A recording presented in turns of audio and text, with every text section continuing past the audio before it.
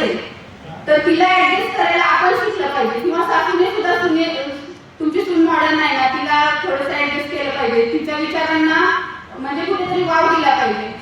असं नाही की ती जे करते त्या प्रत्येक वेळी तुम्ही टोकत राहणार, किंवा सासू माझी मला बोलते, तुम्ही सोडून जा ना तो विषय. तुम्हाला बोलल्यानं कुणाला काही त्रास होणार हे गोष्ट कॉमन आहे, परंतु आपण त्याचा कितपत आपल्या मनावर परिणाम करून घ्यायचा ही गोष्ट पण आपल्यावर डिपेंड आहे.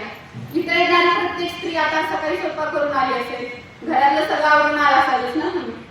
या गोष्टी ज्या पूर्वापार चालत आलेल्या, आपली संस्कृती पुरुष प्रधान आहे म्हटलं जातं, पण जर तुम्ही पुरुष नसतील घरात तर विचार करून बघा काय होईल, किंवा स्त्री आपल्या घरात पुरुषांनी विचार करून बघा की स्त्री नसेल तर काय होईल. तर आपल्या संस्कृतीत असं आहे की दोघांनी मिळून चाललं पाहिजे, तरच कुठेतरी या समाजाचा किंवा